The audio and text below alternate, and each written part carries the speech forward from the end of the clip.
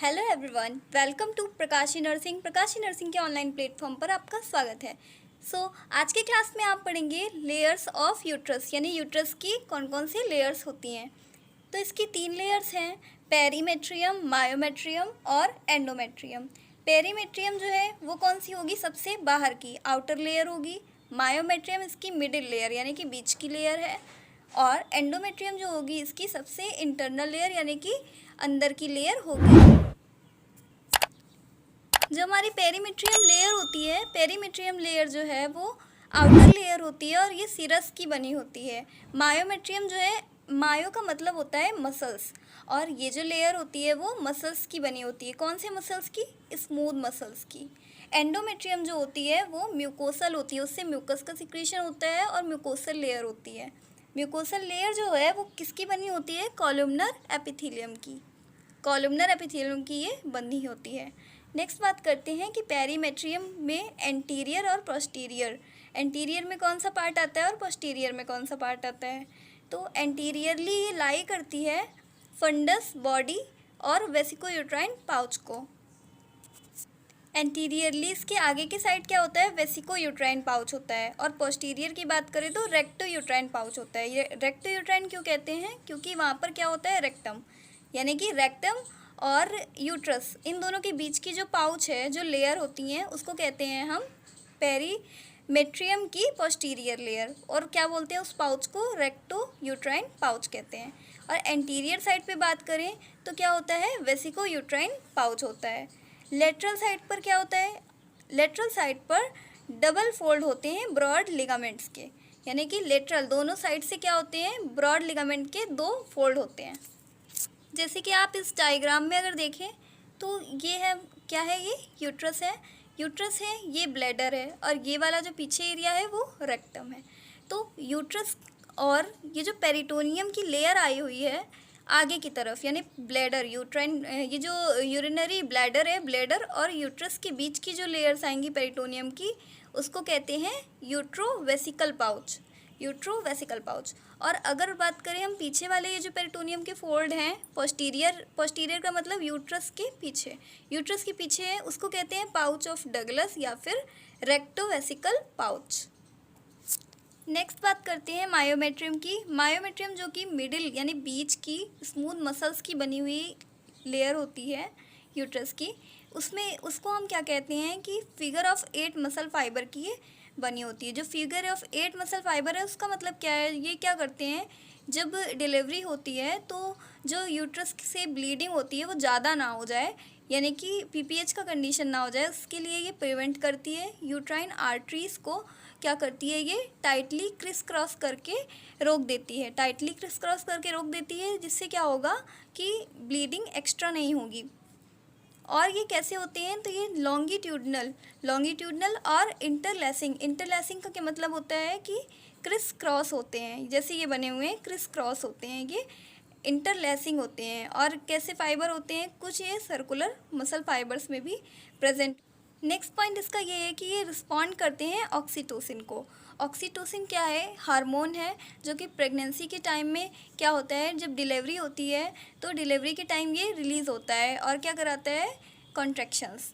तो उस टाइम क्या होता है? ये ऑक्सीटोसिन को भी रिस्पॉन्ड करती है, जो हमारी मायोमेट्रियम होती है वो।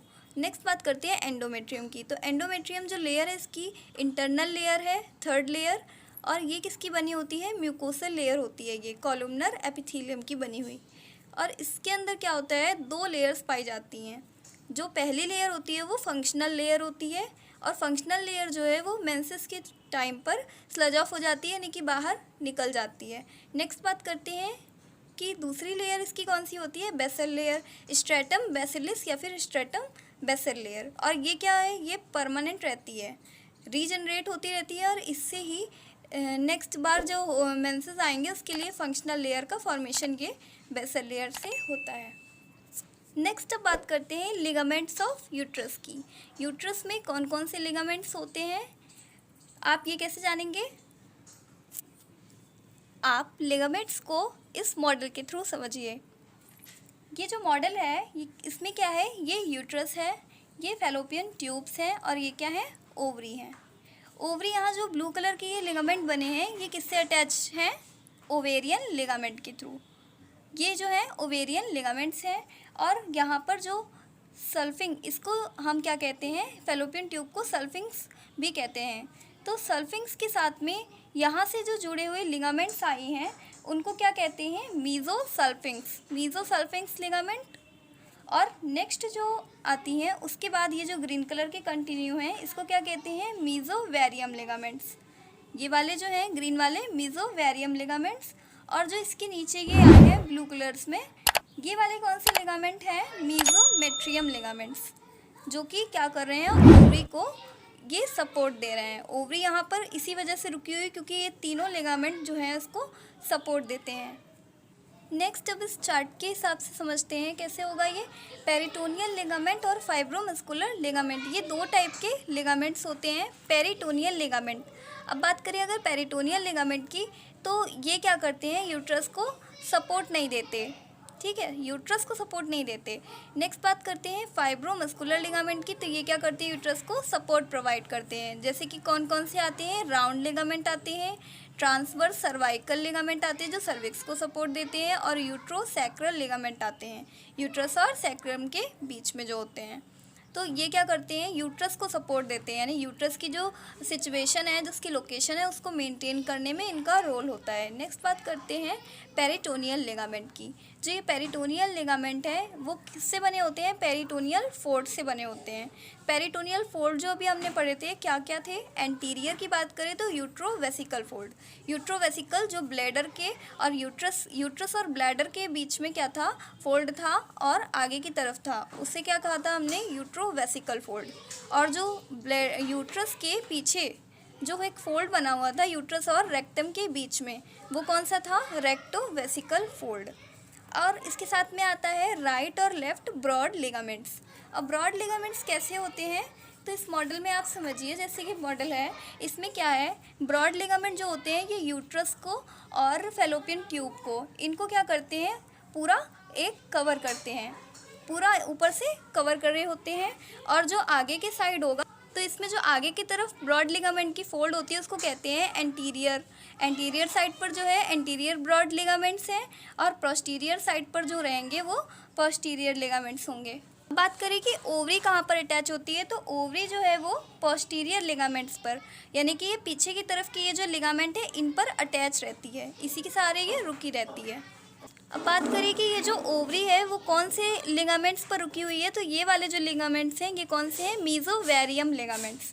इन्हीं मीजोवेरियम लिगामेंट के थ्रू जो ओवरी है यहाँ पर टिकी हुई है।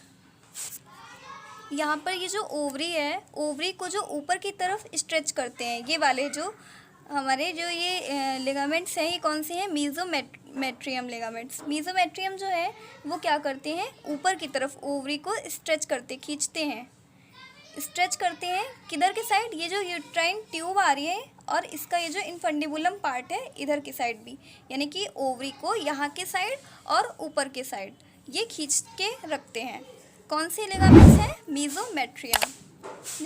नेक्स्ट बात करते हैं ब्रॉड लिगामेंट्स में। तो ब्रॉड लिगामेंट्स की बात करी आपने, अटैच करते हैं ये यूट्रस को लेटरल वॉल ऑफ पेल्विक के साथ। पेल्विक और यूट्रस को ये अटैच करने का काम करती हैं। अगर ब्लैडर फुल होगा यानी भरा हुआ, ब्लैडर अगर फुल रहेगा तो क्या रहेगा इसमें कि अपर, लोअर, मीडियल और 2 लेटरल बॉर्डर ये बनाएंगे। अब बात करें ओवरी, तो ओवरी को कैसे अटैच करते हैं? कौन से जो लिगामेंट्स हैं वो अटैच करते हैं? मीजोवेरियम। और मीजोसल्फिंग्स क्या करते हैं? ये यूट्राइन ट्यूब और ओवरी के लिगामेंट्स के बीच में होते हैं। मीजोमेट्रियम जो है वो क्या, कहाँ पर पाए जाते हैं? तो ये जो है below the ligament of ovary, यानी ओवरी के जो लिगामेंट्स हैं उनके नीचे, सबसे नीचे की साइड कौन से थे? मीजोमेट्रियम, ये वाले मीजोमेट्रियम, ये वाले जो लिगामेंट्स थे। नेक्स्ट बात करते हैं सस्पेंसरी लिगामेंट की। सस्पेंसरी लिगामेंट जो थे वो क्या करते थे? स्ट्रेच कर रहे थे, ओवरी को खींच के रखते हैं इनफंडिबुलम की तरफ और यूट्राइन ट्यूब की तरफ। अब नेक्स्ट बात करते हैं आर्टेरियल सप्लाई की। ब्लड की सप्लाई जो है वो यूट्राइन आर्टरी के थ्रू होती है। तो कितनी यूट्राइन आर्टरीज हैं? 2 यूट्राइन आर्टरी है और पैराइटल अगर पार्शली की बात करें तो ओवेरियन आर्टरी भी इसको क्या करती है, सप्लाई देती है ब्लड की। अगर हम फंक्शंस की बात करें कि फंक्शंस क्या क्या होते हैं, यानी यूट्रस का क्या क्या काम है, तो ये क्या करते हैं, एम्ब्रियो को स्पेस देता है।